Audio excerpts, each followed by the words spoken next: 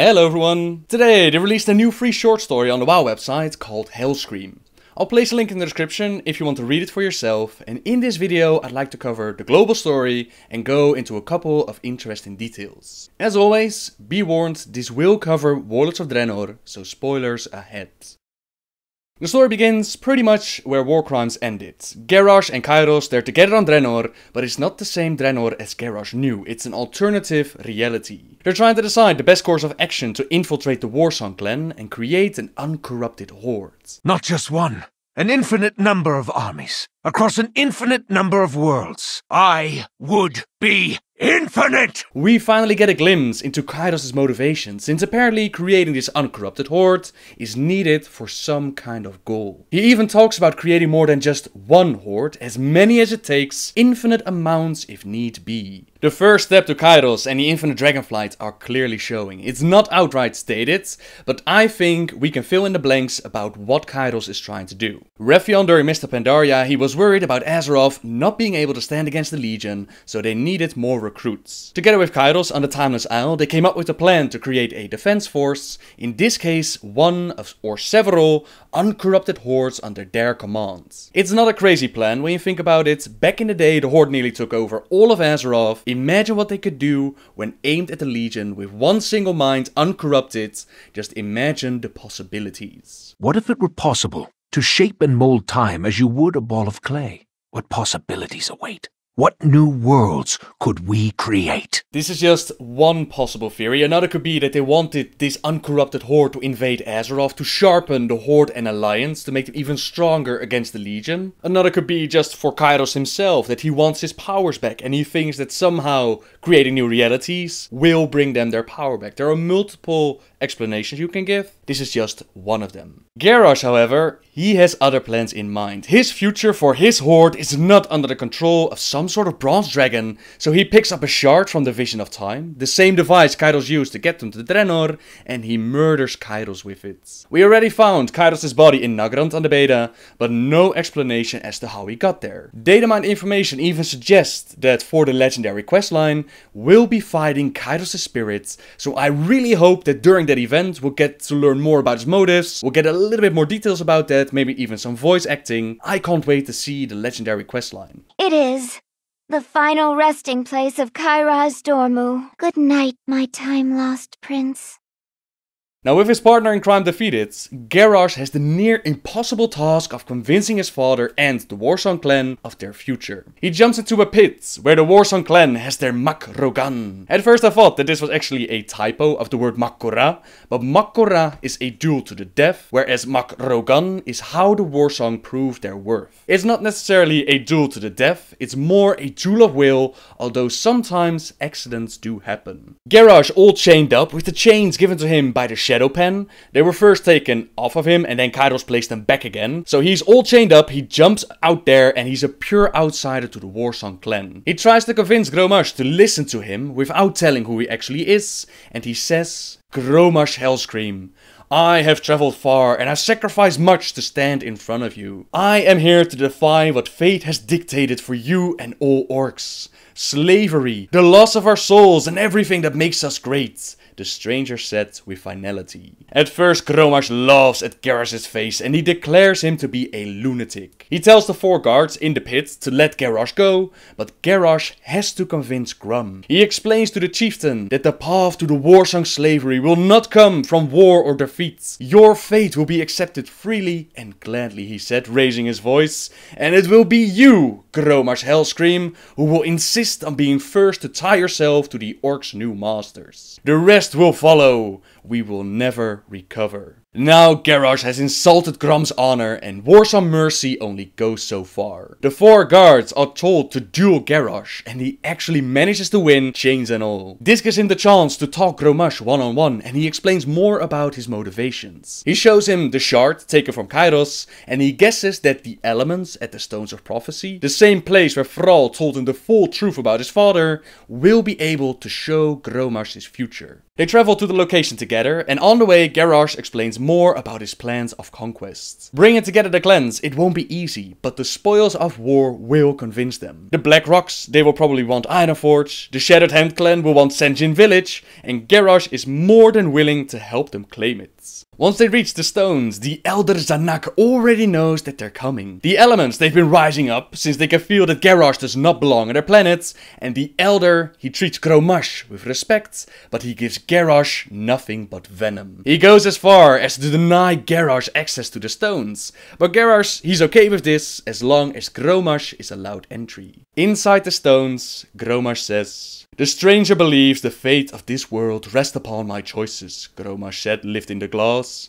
"He also claims the proof lies within this. Prove him wrong and he will die here. Show me the truth, one way or the other." The elements respond, and Gromash is picked up by a great swirl of air. Inside, he sees the truth of Garrosh's words, and even the elements are surprised to find out that their powers are going to be forsaken. He sees how the Horde is formed, he sees how they slowly turn green, how the powers of the Warlocks are going to replace the Shamans, and how Gul'dan offers them the demon blood. He sees how the events took place in our time, and how he himself steps up to be the first to drink the demon blood. Gromash was told by Garrosh that he did this not because he was weak, but because he would not let any other orc take such a risk first. This was a lie. It was perhaps a lie Garrosh told himself to make his father look better, perhaps a lie to convince Gromash more easily, but a lie nonetheless. Gromash did not care about the risks for the other orcs. He wanted this because none would be stronger than him.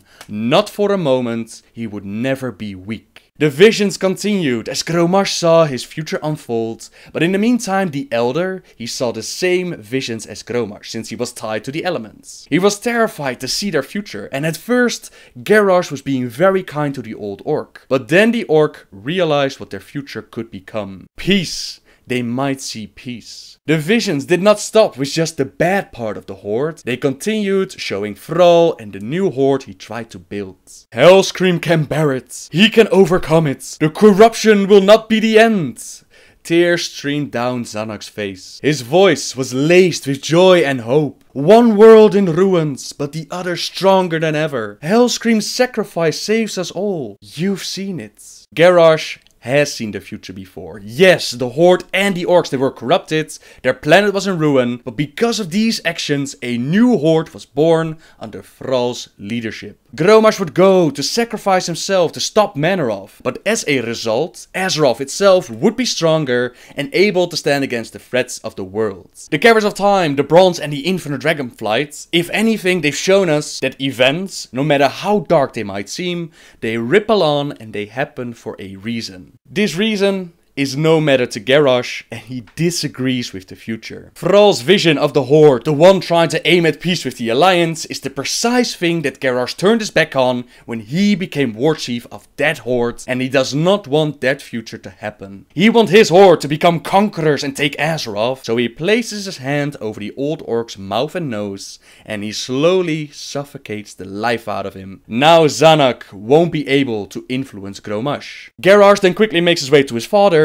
and he tells the guard to pull him out of there to end the vision before Gromash knows too much. Before he finds out about Thrall and the rest of the story. This is actually quite a nice touch to the story, since the same happened to Garrosh. When he was in Outland, he also was told only the bad part about his father, how he stepped up and he drank the demon blood as being the first that did this. Only when Thrall came to Outland and he explained the second part about Gromash's story was when Garrosh became more proud about himself and he actually embraced his father's and the Hellscream's legacy. Now in this reality a similar thing happens, only this time Gromash also gets to see the bad half of all of it, and this is what he uses to make his choice. Gromash agrees to Garrosh's plans of uniting the Horde in an uncorrupted version and his plans of invading Azeroth. In this reality, it was not Ner'zhul who was contacted by the Legion, but Gul'dan himself, and he was already working on making the Draenor the enemy of the orcs. It's not going to be easy, and they only have a few months, but they will have to convince the rest of them not to touch Gul'dan's so-called gifts. Gromash gave the stranger a long look. "Will you fight with the war song? To the death." "I thought so," the clan chief said.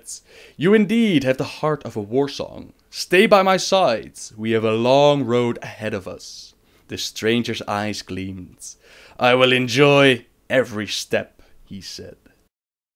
And that's where this short story ends. Now we have a better idea as to why Kairos helped Garrosh and why we found his corpse. We also know how Garrosh convinced Grommash to embrace his wisdom and how he prevented them from drinking the demon blood. There were a couple of more interesting details in the story that are worth mentioning. Gul'dan is the one putting the orcs against the Draenei, which, like I mentioned earlier, is not how it happened in our reality. In our reality, it was first Ner'zhul who was deceived, and Ner'zhul was later on replaced by Gul'dan. It's a nice little detail since Rokan, Ner'zhul's mate, she's still alive on this Draenor. She was already dead in our reality, and Kil'jaeden actually used her image to manipulate Ner'zhul and start all these events. By using Gul'dan directly, they skipped this part and they skipped that minor complication. Now, killing Gul'dan might seem like a smart plan, but Garrosh knows that Gul'dan's masters will not give up with trying to eradicate the Draenei. Gul'dan is just a puppet, and it might take the Legion a year, 10 years, 1,000 years, but eventually they would come back and they would corrupt the orcs to exterminate the Draenei. This is the reason why they don't just outright kill Gul'dan, and besides that, they also use Gul'dan and his two lackeys, Terangor and Cho'Gall, to power up the Dark Portal. Garrosh does not explain that he's Grommash's son, and he's surprised to hear that in this reality, Grommash never even had a son. His wife, Golka, died during an ogre raid, which is also what happened to Garrosh's mother. So now we know that Garrosh's mother is actually named Golka. Garrosh then actually wonders if Kairos chose this reality because of that fact, and it also explains how and why they're not dealing with duplicates. They're simply not born or non-existent for one reason or another. I personally wondered about the construction of the Dark Portal as to how do the orcs know how to build it. In this story, Kairos explained that the piece from the Vision of Time is linked to the other pieces still left on Azeroth, so that explains how they got the portal connected to our Azeroth. It doesn't really explain how the orcs know what to build and what magical spells to use to put Dark Portal together, and putting Gul'dan in as some sort of battery, that's all not explained. But I imagine that Garrosh, he has seen the portal plenty of times, so he might have a good memory and just told the rest of the orcs. Another theory, which is in my opinion more exciting, but I also think less likely to happen, is that Medivh from this alternative reality already made contact with Gul'dan for some reason. Like we've seen time and time again, the events don't happen as they happened on our reality, so it is a possibility that Medivh is already in touch with Gul'dan. I would love to see Medivh pop up in this expansion, but I'm afraid it won't happen. Fingers crossed, but I highly doubt it. We now also know that Garrosh arrived on Draenor just a few months before Gul'dan offers the demon blood to the orcs, so we now have a time period. It still leaves the question as to why they're already attacking Azeroth before taking care of the Draenei. I can understand attacking the Draenei because the Warsong, they're just not happy with what they have, they want more, but why invade before securing your home base? You could say that this is for game mechanics. I mean, how boring would it be to go to an alternative reality and find out that all the Draenei are already exterminated? I realize that Blizzard wanted to show the Draenei architecture in its full glory, but maybe they can give a little reason to it. That would be very nice. Garrosh, he does not receive Gorehal from Grommash in this story, but he does have it in-game. They tweeted that the upcoming Lords of War video about Grommash will tie in with this short story, so hopefully they'll share those details as to how he got the weapon. I still wonder about Garrosh's bandages that we see in-game, but I think they just forgot to add them in the comic. Getting the crap kicked out of you by 4 orcs will leave anyone in bandages, but the comic, it takes place after these events, so maybe they forgot about it, or maybe there's another reason, or maybe they're just bandages and they don't mean anything. Time will tell, but for now I'm going to end this video. Like I said, link to the full stories in the description and definitely worth your time. I hope you enjoyed the story, and until next time guys, see ya!